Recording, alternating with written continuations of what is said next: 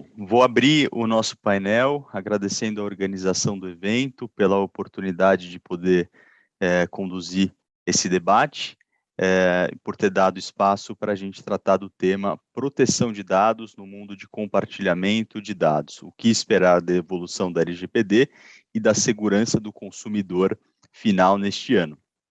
E assim que o tema me foi proposto, eu imediatamente pensei em duas pessoas com quem eu gostaria de discuti-lo e trazer para contribuir no nosso painel. Duas pessoas que são referências na área de proteção de dados, que eu admiro bastante, com um impressionante background acadêmico e uma atuação prática bastante ativa. Então, tenho a honra aqui de anunciar e apresentar, se é que alguém ainda não as conhece, a Anete Pereira, que é advogada no Itaú Unibanco e conselheira titular nomeada para o Conselho Nacional de Proteção de Dados, e a Crislene Yamagi, que é DPO e gerente jurídica da Federação Brasileira de Bancos, a FEBRABAN, professora de Direito no IBMEC, e também da ESA, Escola Superior de Advocacia da OAB, aqui de São Paulo. Anete, Cris, obrigado por terem aceito o convite. As apresentações curtas nem fazem jus às carreiras e histórias que vocês têm construído na área, mas a gente tem aqui 40 minutos, então a gente vai aproveitar partindo mais direto ao tema, tá bom? Então, vamos lá, direto, como eu disse, vamos falar do que a gente espera em termos de evolução da LGPD e de segurança para o consumidor. Passados aí um ano e acho que 9 meses da entrada em vigor da lei, a gente pode falar um pouco já como a gente tem visto a aplicação da lei após um amadurecimento natural de alguns conceitos básicos, do fato do debate ter efetivamente adentrado a sociedade, alguns medos já foram superados, e da implementação regulatória necessária para a aplicação da LGPD. Também podemos falar sobre aquilo que carece de mais regulamentação. Então, na minha visão aqui, até para não ficar muito em cima do muro, eu acho que a gente não está longe ali do estágio inicial que a gente começou. Eu vejo as empresas efetivamente tendo essa preocupação ou foram forçadas a ter essa preocupação por conta de parceiros e demais stakeholders, mudaram documentos, colocaram novas políticas. Sob a perspectiva do consumidor, eu vejo mais transparência, vejo mais informação circulando por aí sobre o que fazem com os dados. E na indústria financeira, eu acho que é inegável que essa é uma das maiores preocupações, até em termos de marketing, de propaganda, isso é reforçado, coisa que a gente não via antes. Para ser direto, ouvir quem interessa, acho que uma pergunta mais básica, queria ouvir de vocês como vocês enxergam essa evolução da LGPD e a implementação da cultura de proteção de dados para as empresas e para os consumidores. Luiz, vou começar aqui então, por ordem alfabética, mas primeiro eu queria cumprimentar a todos aqui, colegas de painel, Luiz, a Cris, agradecer a oportunidade de participar aqui do Open Summit, de ter essa discussão com vocês, agradecer pelas gentis palavras, Luiz, e vamos partir para o debate aqui, que o nosso tempo é curto.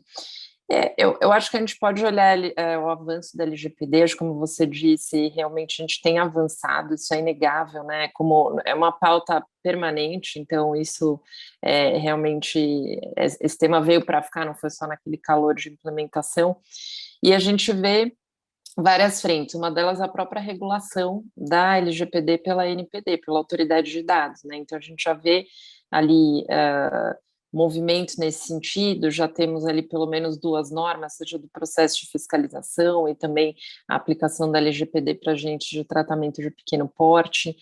A gente vê a ANPD também atuando de uma forma bastante no sentido de orientar a sociedade, então já vemos também guias de orientação que não são vinculativos, tem ali pontos para eventualmente para ajustar, mas que são um instrumento importante ali de educação e de implementação dessa cultura, né?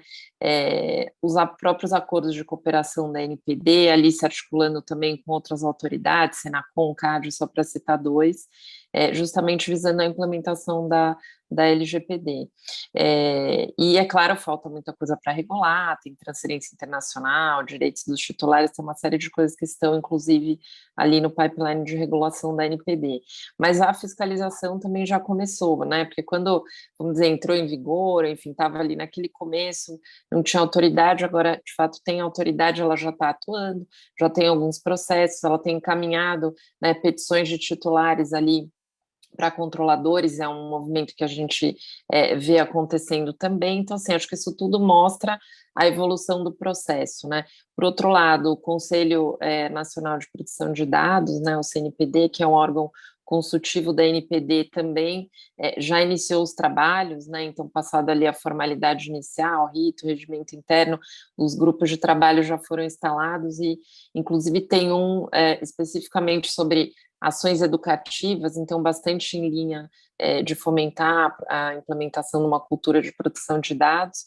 Enfim, a gente vê outros stakeholders atuando, né, seja órgãos de proteção do consumidor, judiciário, muita coisa também já sendo judicializada até antes da NPD se manifestar. A gente vê associações de classe aqui também atuando, partindo também de guias orientativos e uma orientação mais inicial para autorregulação, para estipular ali boas práticas, e pelas empresas, né, passado ali aquele início também, implementação e tudo mais, já está em velocidade de cruzeiro, aperfeiçoamentos, lidando com todo esse cenário, né, já tem interlocução eventualmente com a NPD, os próprios titulares ali exercendo seus direitos, outros agentes de tratamento, né, demandas de mercado e tudo mais, enfim, a gente vê ali que realmente o cenário tem evoluído, tanto o cenário regulatório como a prática.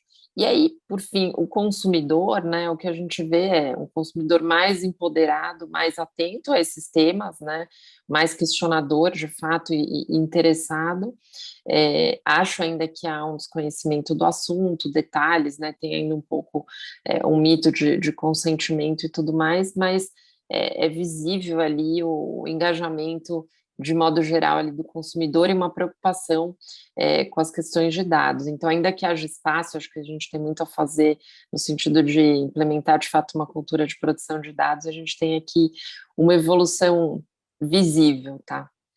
É isso. Excelente, excelente, obrigado. Cris, você quer complementar?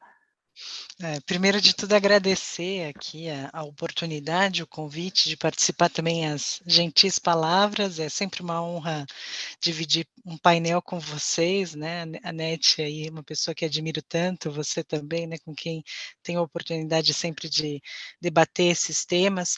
Acho que a Nete disse muito aqui do que nos interessa, o que eu gosto de destacar é esse papel que a NPD tem construído de orientação do mercado. Eu acho que ela tem que continuar assim, é um papel fundamental.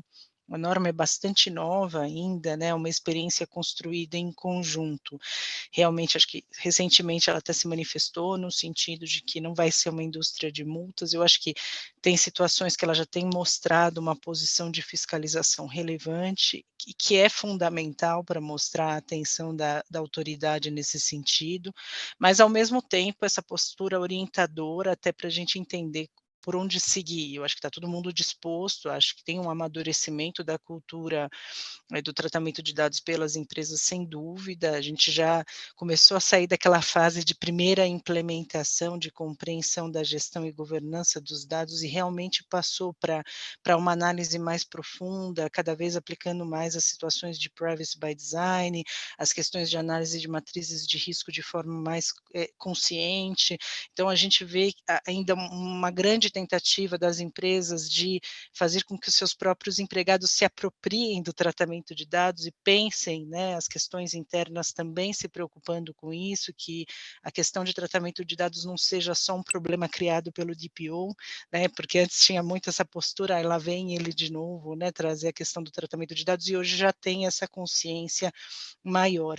E do lado do consumidor, eu acho que tem realmente ainda um longo espaço, aí um longo caminho para uma efetiva apropriação, mas a gente nota um consumidor que já começa a saber que existe o seu direito, né, que se apropria enquanto titular de dado dessa questão, e isso é fundamental, que começa minimamente a se questionar, né, porque antes o consumidor ia à farmácia, pedia uma série de dados e isso não era um problema, e agora começa a causar uma certa estranheza, né, não só aí, mas em outros meios, a solicitação de dados, e isso é fundamental. Eu acho que já se incomodar e pensar a respeito é já uma grande evolução que foi trazida pela própria LGPD, né, e eu acho que do lado, da relação do consumidor com a própria empresa, o que a gente vê também é uma tentativa de compreensão do consumidor da construção do contato, né, por qual canal eu me relaciono efetivamente, ainda tem um longo caminho, mas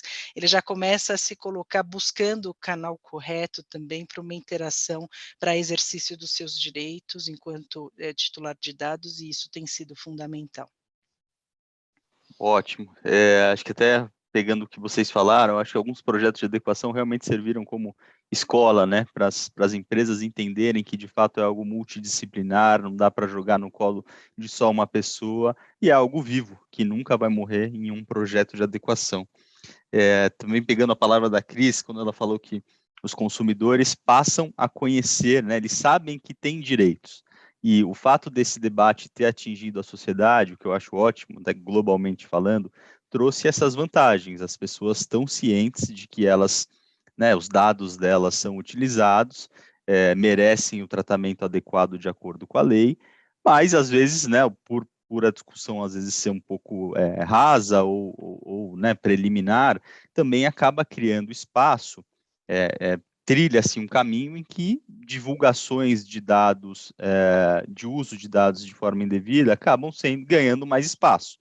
Então, às vezes, a superficialidade ou falta de conhecimento nessas manifestações fizeram com que o tema compartilhamento de dados entre empresas ou, enfim, poder público e empresas, que carregasse uma desconfiança sempre. Mas nem sempre é algo errado. Acho que a lei permite isso em diversas formas, né? Acho que o ordenamento jurídico já permitia até antes da LGPD, e com a LGPD isso se tornou ainda mais definido, as hipóteses de compartilhamento de dados. Acho que o cadastro positivo é um dos exemplos, né, que a gente poderia citar nessa linha, e eu queria ouvir de vocês um pouco sobre essas situações em que o compartilhamento ocorre dentro da lei, até em benefício ao titular, ou como proteção ao titular, ou como um bem maior. Enfim, acho que um pouco para a gente desmistificar esse peso negativo que tem sempre está atrelado ao tema. Eu acho que desmistificar é importante, né? Porque assim, o compartilhamento ele é uma espécie de tratamento, é um tipo de tratamento de dados, assim como outros. E ele é inerente, né? Ele existe desde que o mundo é mundo, desde sempre, ele faz parte do dia a dia, é necessário para as relações pessoais, para as relações comerciais, com o governo, com entes privados. E assim, não é uma questão recente, sempre existiu em vários contextos.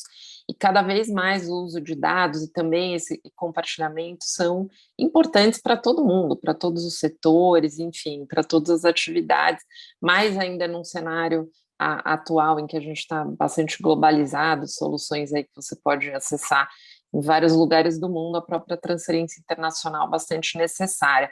Mas eu vejo também o compartilhamento, pelo menos no setor financeiro, como uma tendência regulatória, né, no sentido de que a gente teve evoluções nesse sentido, até uma visão do regulador ali, entendendo a importância, né, dessas informações e do compartilhamento e regulamentando em situações específicas. Acho que você citou o cadastro positivo, é um bom exemplo, né, em que já existia há bastante tempo, ali desde 2011, mas dependia de um consentimento para abrir esse cadastro. Teve uma mudança grande de que a abertura desse cadastro, estar ali no cadastro positivo e ter informações consultadas não requerem consentimento, só o consentimento para o granular, para o dado granular ali de implemento, mas para o restante não. E aí, pincelando, né, o próprio Open Finance, ali do Banco Central, o Open Insurance, que é uma iniciativa também da SUSEP, ainda que foque um pouco ali, né, tem o consentimento para esse compartilhamento, mas são iniciativas importantes para facilitar esse fluxo de dados dentro do setor financeiro, e a gente vê também isso fora do setor, né, a gente vê iniciativas do próprio governo ali, governo digital, facilitar a interoperabilidade de dados, um maior fluxo de dados, facilitar a vida do cidadão, prestação de serviços cada vez mais digitais, facilitados, que atinge ali toda a população. E o principal, o mais importante, é que a LGPD, sim, embasa esses compartilhamentos. Eles podem ocorrer com fundamento em diversas hipóteses de tratamento, né? Não só, obviamente, o consentimento. Isso tanto para dados pessoais como dados pessoais sensíveis, né? E sem que tenha aí essa hierarquia entre bases legais e tudo mais. Tem vários exemplos, né? Mas a gente pode tanto ir de uma execução de contrato, e aí pensando no setor financeiro, tem inúmeros exemplos, pagamentos, transferências, tudo isso depende ali de compartilhamento entre entes do setor financeiro, inclusive não só as duas instituições, tem vários intermediários ali enfim, nessa relação, tem portabilidades também de operações em que existe esse compartilhamento, tem várias obrigações legais no setor também, em que precisa enviar informações, por exemplo, mesmo cadastro positivo, as instituições têm que alimentar, né, os birôs ali, que são os birôs de crédito, são gestores do cadastro positivo com aquelas informações, fora a consulta tem que mandar as informações, enfim, informações que vão para o Banco Central, para outros reguladores, tem uma série de questões. E outros compartilhamentos importantes também para combater fraudes, para fins de segurança, e aí tanto dados sensíveis, né, a gente tem um uso importante ali de biometria como uma etapa crucial aqui para validação, enfim, tem tantos compartilhamentos, né, a gente pode citar também legítimo interesse, né, até para questões de oferta, enfim, tem um sem número aqui de questões. Eu acho que o mais importante é a gente pensar, acho que mais até uma questão, né, pensando nos dados acessíveis publicamente também, é uma coisa que a LGPD traz, inclusive prevendo usos posteriores, outros usos, claro, desde que respeitando a LGPD.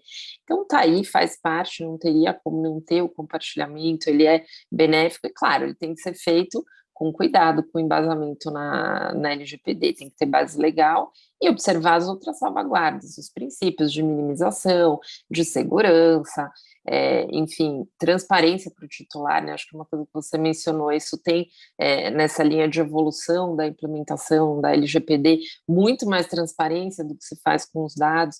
Então, todo esse arcabouço que a própria LGPD traz acaba balizando esse uso, né?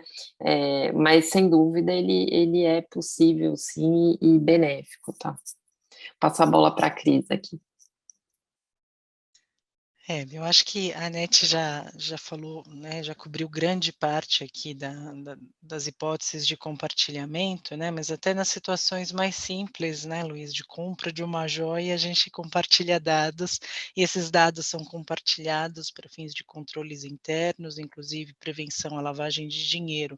E no setor financeiro isso não seria diverso, né, como a Anete falou, no setor financeiro a obrigação legal e regulatória ela é tão rigorosa que o compartilhamento é algo necessário, né? Então, para abertura de uma conta, para contratação de uma operação simples de crédito, o dado se faz fundamental.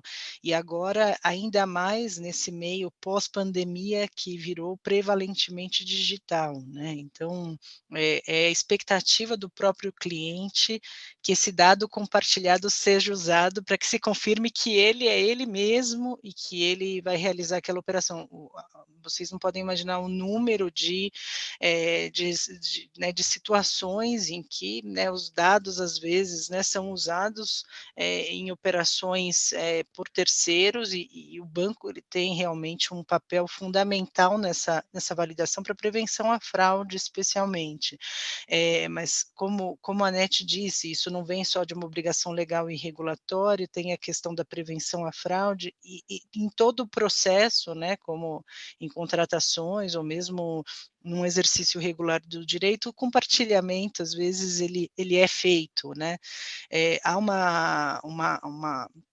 uma ideia de que o consentimento protege tudo. Eu sempre brinco, né? Eu falo assim, poxa, vamos pedir o consentimento para o fraudador para usar o dado e ver se ele protege mesmo. Então, aqui é importante a gente valorizar outras bases legais nesse compartilhamento, entender que elas são também bases protetivas e que na cadeia de produção e consumo, tantas vezes, ela pode sim mudar de figura, né? Ser usada também para, né, com outras bases, com outros fundamentos, mas ainda assim ser legal, né? Porque costumam focar nessa ideia de que só se pode compartilhar com consentimento, e é um pouco daí que começa essa cultura também que a gente mencionou do dado, né? Quando se apropria da ideia de eu sou titular de dados e tenho direitos, eu quero consentir tudo, né? E saber no detalhe como aquele dado tem sido usado, mas é importante a gente entender que para esse tipo de proteção, de prevenção à fraude, de cumprimento de obrigação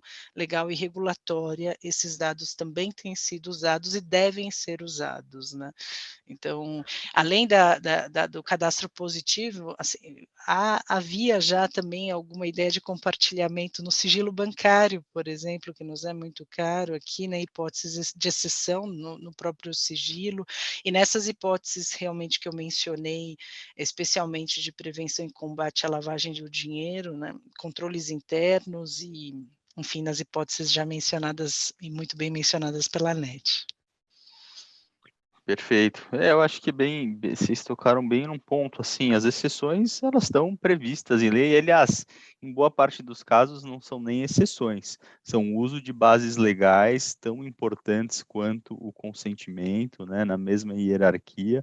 Então, acho que é sempre bom a gente usar os espaços que a gente tem para reforçar essa questão de importância das outras bases legais também, muito bem colocado.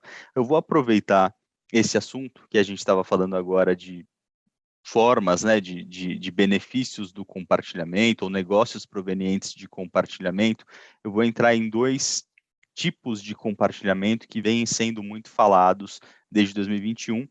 Acho que o primeiro que eu queria trazer para cá é o do Open Banking, né, que é um tema que vocês, Open Finance e Open Banking, que vocês conhecem, fundamentado, a primeira, né, o usuário, ele tem que realmente dar o consentimento para poder usufruir dessa tecnologia, o que resolve, né, esse problema inicial dele efetivamente ter uma manifestação ativa. E aí, o que eu queria saber de vocês é como vocês enxergam também a aplicação prática do Open Banking, futuras oportunidades, o que isso representa um pouco aí para o usuário, né? A questão dele ele ter que dar o consentimento para as instituições financeiras poderem efetivamente fazer uso dessas informações. E acho que, enfim, é uma visão geral de oportunidades provenientes do Open Banking. Queria ouvir um pouco de vocês. Esse tema daria um painel só para falar disso, né, Luiz? Mas é bastante interessante, é algo que a gente está vivenciando a construção disso, então é bem interessante. Eu acho que o próprio Open Banking começou como Open Banking, né? Foi rebatizado aí pelo mercado, pelo regulador também para Open Finance, na medida em que não só dados bancários ou de pagamentos, mas também seguros, investimentos entram também. Não é só dados, né? Acho que tem serviços também, serviços de iniciação de pagamento, uma proposta de crédito, enfim. Mas acho que focando em dados, que é o principal pilar mesmo, como você colocou, acho que vamos dizer, alguma novidade ali também, realmente parte da iniciativa do cliente, né? A ideia é que ele tem um relacionamento numa instituição X e ele quer compartilhar esses dados com uma outra instituição. Essa outra instituição pede o consentimento. Mas é bastante específico. Vou comentar um pouquinho aqui como funciona esse consentimento. Não é a mesma coisa, não é exatamente igual ali a LGPD. Mas olhando o universo de dados que podem ser compartilhados e os benefícios, né, que podem gerar ali para o titular, são incríveis, né? Porque o que a gente tem ali, no escopo de compartilhamento, dados cadastrais do cliente, dos seus representantes também, tem dados de conta corrente, extrato, dados de cartão de crédito também, limites de cartão, dados de operação de crédito e outros, né, outras informações também serão agregadas aqui futuramente, né, investimentos e tudo mais. É importante também que, dentro do contexto do Open Finance, nem tudo ali é dado pessoal e tem até informações, né, lembrando que tem pessoa jurídica, né, então não é só para pessoa física, você pode ter uma pessoa jurídica ali também participando do Open Finance, e aí não incidiria LGPD, mas tem informações que ficam fora do compartilhamento que não seriam também dados pessoais, expressamente excluídos scores, pontuação de crédito, que são informações trabalhadas ali pelas instituições, né, a sua visão ali, inteligência voltada para crédito, para negócio e protegidas por segredo. Mas benefícios vários, né, que a gente já pode capturar ali do Open Banking, porque assim, na medida em que uma instituição conhece melhor, né, aquele cliente, aquela pessoa, pode até não ser um cliente, pode ser um potencial cliente, mas quando conhece melhor, e aí com esses dados de crédito, esses dados financeiros, tem uma possibilidade muito melhor de ofertar um produto, né, de possibilitar que o cliente tenha acesso ali a um produto muito mais focado no perfil, ali as necessidades daquele cliente, e aí seja para aumentar limites, né, enfim, ter operações de crédito, talvez o cliente não tivesse, né, porque quanto mais informação, melhor nessa linha, né, para a instituição de fato conhecer ali o risco, produtos que possam ser mais adequados ao perfil, tem serviços ali também de agregação de dados, em que você pode visualizar numa plataforma informações de outras contas, né, então na linha de centralizar, de ter uma interface ali com o cliente, enfim, tem várias aplicações práticas possíveis, né, passando ali por todos os tipos de produtos financeiros, então é bem interessante. Acho que vou falar muito resumidamente, né, você falou do consentimento, mas tem algumas diferenças, né, acho que a primeira é essa que eu comentei, tem uma pessoa jurídica também envolvida, e tem todo um modus operandi desse consentimento no Open Finance, ele é até bem complexo, né, ele começa ali primeiro também que ele é usado esse termo de consentimento não só para compartilhamento de dados, para serviços também é usada essa nomenclatura, e aí não é um compartilhamento de dados, né, se eu vou iniciar um pagamento, praticamente uma ordem ali de pagamento, eu estou iniciando para uma outra instituição, mas também se usa esse termo consentimento. Mas, enfim, ele é totalmente por meio eletrônico, ele tem uma forma de acontecer, tem etapas, tem toda uma jornada ali padronizada, ele começa na instituição receptora dos dados, que é quem pede o consentimento e declara as finalidades de uso daquelas informações, depois ele é direcionado para a instituição onde ele tem relacionamento, da qual ele é cliente, ele é autenticado naquela instituição e ele confirma aquele consentimento, confirma que ele quer compartilhar aqueles dados, e a instituição transmissora dos dados não tem nenhuma ingerência nisso. Ela recebe ali, né, o cliente é direcionado, ela confirma, e quando a outra instituição pede os dados, ela passa os dados, então não tem ali uma ingerência, né? Tem um prazo máximo de 12 meses, claro que pode ser renovado, mas a LGPD não prevê prazo de consentimento, enfim, a depender da situação, nem se fala em prazo, né? Uma situação que se exaure ali, no Open Finance tem esse prazo. Que mais aqui que eu poderia dizer? Enfim, tem todos esses requisitos próprios do Open Finance, essa forma depois, inclusive, que os dados são de fato compartilhados ali entre as instituições por meio de API. Tem regras também específicas, se é conta conjunta, quem deve autorizar ou não, tem diferenças, não é em todo cenário que os dois autorizam, depende do tipo de conta, então é bem particular. Agora, muito embora tenha uma ênfase no consentimento, é importante destacar que não é a única base legal, porque você pode, né, vamos supor, você internalizou aquele dado, recebeu aquele dado, mas utilizou para um onboarding, para fazer um cadastro, eventualmente, daquele cliente. Aquela informação você já vai utilizar para execução de contrato, já vai utilizar para cumprir obrigações legais, é natural, né, para qualquer dado você acabe utilizando outras bases legais a depender da finalidade. Se houver um processo, uma discussão judicial, arbitral, enfim, alguma discussão, pode ser que tenha que utilizar esse mesmo dado e aí não vai pedir o consentimento do cliente para isso.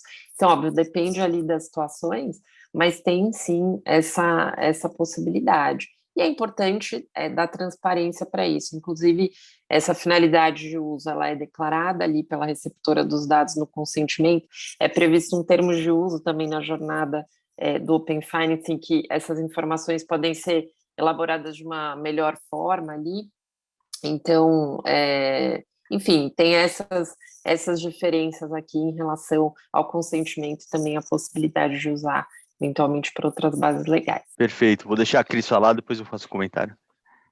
A Anete foi bem completa na sua exposição, mas esse ponto que ela colocou foi bem importante, né? A gente costuma usar hoje consentimento na esfera fiscal em relação à legislação de sigilo bancário e à própria LGPD, mas sem dúvida que esse consentimento também no Open Banking, ele não se restringe às questões de LGPD e às vezes até, né, a gente traz muito da experiência da LGPD para pensar na revogação, né, essa revogação que pode ser feita nesse prazo dos 12 meses. Então, pensar aqui que a revogação também é mais ampla, uma revogação que não se restringe só, né, da forma como a Anete colocou, a questão dos dados pessoais, porque diz respeito a todo o pacote de consentimento que foi dado, né.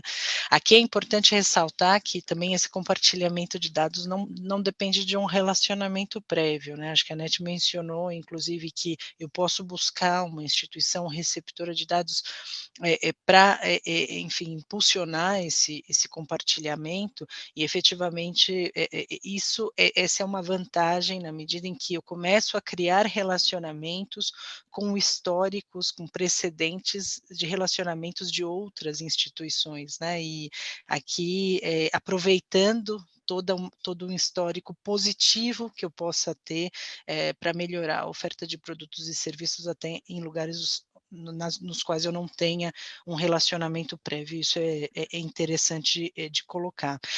A questão do compartilhamento também para serviços tem sido fundamental, né, e assim, ele é um compartilhamento para serviços, mas no fim ali, não é que o dado deixa de ser usado nesse contexto, né, sempre esse dado em sentido amplo, né, não um dado pessoal LGPD, e aqui o Banco Central ele tem usado muito essa ferramenta, né, por meio da qual se constrói o Open Banking para impulsionar situações de marketplace, situações de concorrência que têm sido positivas para o cliente, né, na medida em que os dados são disponíveis, eu posso não só internamente enquanto instituição, em pensar cada vez mais nessa personalização dos serviços e nessa melhoria da experiência, mas me colocar em situações de concorrência onde o próprio regulador estabelece padrões de segurança e padrões de APIs, do modo como isso vai ser feito, uniformizando um mercado no modo como ele vai trazer o compartilhamento para o cliente, o que traz também, de algum modo, mais segurança para o próprio cliente no uso do sistema, né? Então, a gente vê muita dúvida, mas será que realmente é vantajoso? Eu devo fazer? O quanto que é benéfico? E realmente ele tem essa vantagem na medida em que ele é construído com padrões, né, que são provocados pelo próprio regulador, por ele regulamentados em manuais técnicos e operacionais. Tem o aspecto interessante aqui, que o próprio regulador, em algumas discussões, também se coloca numa posição de buscar a segurança cibernética e a segurança da informação. Claro que hoje o Banco Central já tem uma regulação robusta em relação a essa matéria, mas em fóruns nos quais se participa, ele mesmo se preocupa com eventual anonimização de dados ou com uma ideia de um Open Finance que, vale notar, ele não faz um compartilhamento de dados com uma central, né? Às vezes as pessoas têm dúvida em relação a isso. Foi como a Anete colocou, o fluxo de dados é sempre bilateral, e sendo bilateral eu mitigo riscos de uma centralização né, enorme de dados no sistema que possa aí ser muito atrativo para um ataque, né, ou muito sujeito aí a risco de um incidente. Isso é fundamental no Open Finance e eu acho que traz uma construção interessante para o sistema. E eu acho que a segurança ela está nisso para o consumidor cada vez mais, né, não só por conta do Open Banking, eu acho que isso vem por conta da própria tecnologia muito acelerada com a situação da pandemia. Essa situação de personalização não é uma iniciativa do banco, mas é um pedido do cliente, é uma exigência do cliente. Então, o fato de eu poder compartilhar dado efetivamente para entender cada vez mais o cliente né, nos seus detalhes ali, se torna fundamental para eu prestar o serviço, né, o serviço para eu ofertar um produto. Então, o Open Banking ele vem num momento muito interessante aqui de uma evolução tecnológica do próprio setor bancário que foca hoje no digital. Né, isso não é só exclusividade de fintech, não é exclusividade de cooperativa, mas todo o sistema financeiro que acaba focando nessa seara tecnológica, né, para o seu desenvolvimento. Excelente, excelentes considerações. Acho que vocês duas trouxeram, a Net falou da padronização do consentimento, também do alto nível de segurança, né, que permeia tudo isso. A Cris falou que é uma preocupação, a segurança é uma preocupação que o próprio regulador tem, acho que talvez seja uma das principais aqui. E então acho que, assim, existe uma barreira, uma questão aí, uma exigência regulatória muito grande, muito qualificada, mas queria ouvir de vocês, do lado do usuário, se tem alguma recomendação que ele deveria, né, seguir para se expor menos a riscos provenientes do Open Banking. É claro, Open Finance, é claro que qualquer nova regulamentação, oportunidade, né, qualquer coisa nova gera oportunidades também para que pessoas se tentem se aproveitar. Mas queria ouvir assim como vocês enxergam aí não é nem responsabilidade, talvez alguns cuidados que os usuários possam ter dentro desse contexto do Open Finance. Eu acho que é importante entender como funciona, né? E a Cris comentou bem aqui, não existe um compartilhamento centralizado, né? Não tem uma central por onde passam esses dados, então existe ali um relacionamento bilateral entre a instituição, né, que vai receber aquelas informações e a instituição que vai transmitir as informações, e tudo isso feito dentro ali dos padrões de segurança, tem padronização de API e tudo mais, foi pensado em relação a isso. Existe uma janela de tempo, quando eu falei do prazo do consentimento, não é o prazo de uso dos dados, né? É o prazo em que essa janela, em que os dados podem ser consultados e consumidos, ela fica aberta. Então, ele tem até 12 meses, tem inclusive uma validade, né? Aquele consentimento é válido e permite ali essa chamada de API ali para consumir os dados por esse período. Depois já não vale mais, a instituição teria que renovar, e aí tem mecanismos de segurança por trás disso, tá? Agora, primeiro mecanismo, né, tem a própria autenticação do cliente, então ele começa numa instituição, ele é transferido ali, é redirecionado para a instituição onde ele tem relacionamento, e lá ele se autentica, então entra ali naquele ambiente com as suas credenciais, confirma aquele consentimento, então é importante saber que acontece dessa maneira para ficar atento. E assim, pode desistir a qualquer momento, não precisa dar esse consentimento. Se deu, pode revogar a qualquer momento também, como a Cris comentou. Outra questão, existe a autenticação das instituições. Não são todas as instituições financeiras que participam do Open Banking. Tem algumas que são obrigatórias, as maiores, outras são facultativas, podem entrar se quiser, mas existem mecanismos também para que as instituições se reconheçam, para saber que é uma instituição ali participante do Open Banking que está pedindo informação. Tem um ponto importante também de fraude, né? Se aquela instituição que está transmitindo os dados tem um consentimento aliativo, mas por alguma razão ela tem uma suspeita fundada de fraude, ela pode propor a revogação do consentimento também, isso para a segurança do titular, não mais transmitir os dados. Agora, como recomendação, acho que é importante, como ambiente digital, enfim, como na vida digital, o cliente tem que estar atento, né, conhecer, obviamente é um ambiente seguro, mas tem que saber com quem ele está compartilhando, se é uma instituição, né, ali financeira, quem é essa instituição, ficar atento ali para como funciona esse processo, quais são essas finalidades de uso, como esses dados vão ser usados, e saber que ele pode sim, a qualquer momento, revogar, interromper esse consumo de dados, né.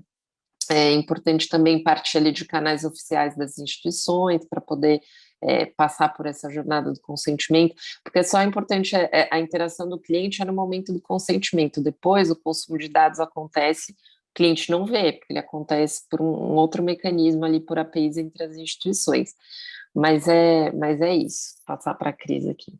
Aqui nessa questão do cliente, é sempre importante lembrar que qualquer forma de engenharia social vai continuar existindo, né, e pode ser usada aqui também para tentar capturar, né, se passando por Open Finance ou tentando de algum modo aí capturar as informações do cliente. Nesse caso específico, então, não estando livre disso, como a Anete colocou, acho que é sempre importante saber com quem está compartilhando, qual é a instituição, ter a certeza, né, enfim, da credibilidade dela, mais do que tudo, usar especialmente os canais do banco, o app, né, o aplicativo geralmente é bastante seguro do ponto de vista de compartilhamento desses dados, os sistemas de segurança do aplicativo são muito mais robustos. Na verdade, acho que a gente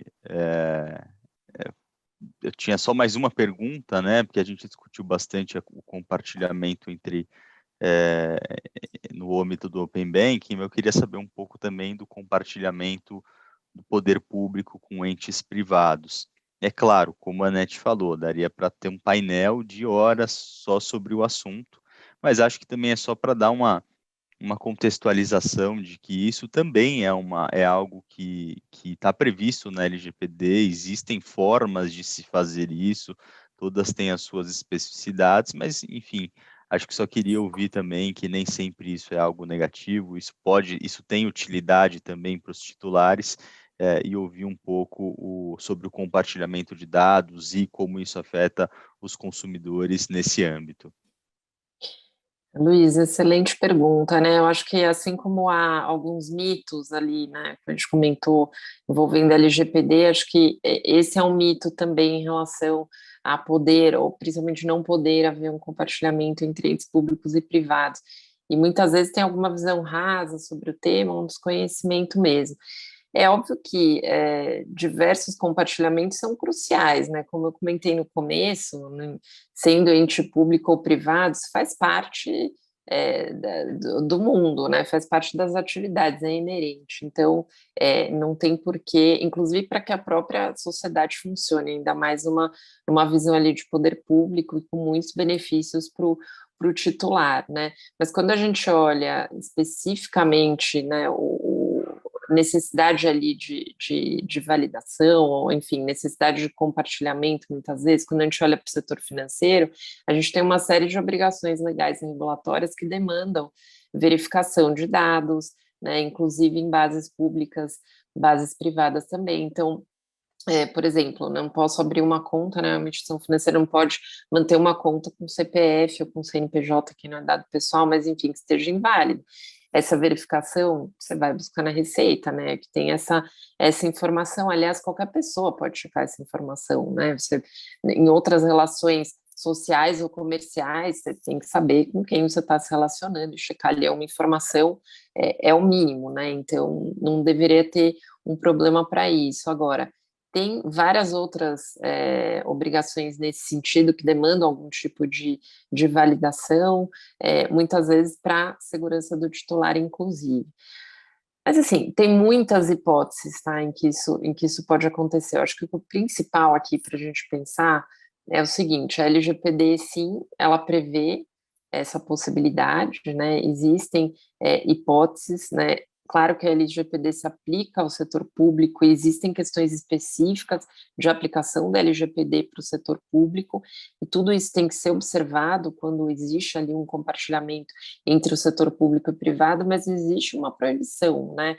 Pelo contrário, então, assim, é possível, é necessário, é crucial que existam esses compartilhamentos, mas eles têm que ser amparados na própria LGPD, tem que olhar ali e ver quais são todos os cuidados necessários, os requisitos, para que isso possa acontecer. Muitas vezes tem ali uma política pública para ser implementada e tem artigos específicos, né? Quando você olha, por exemplo, o artigo 26 da LGPD, que fala ali do uso compartilhado, fala assim da transferência de dados, tem as hipóteses em que isso pode acontecer.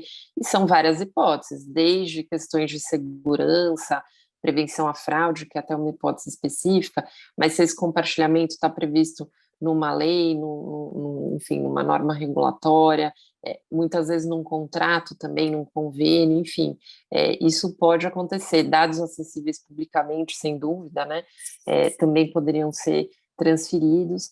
E olhando também, por exemplo, o artigo 27 da LGPD, que trata ali das hipóteses de comunicação de dado e outras de uso compartilhado, traz as outras bases legais também, que não consentimento, como possíveis para embasar esse compartilhamento, né?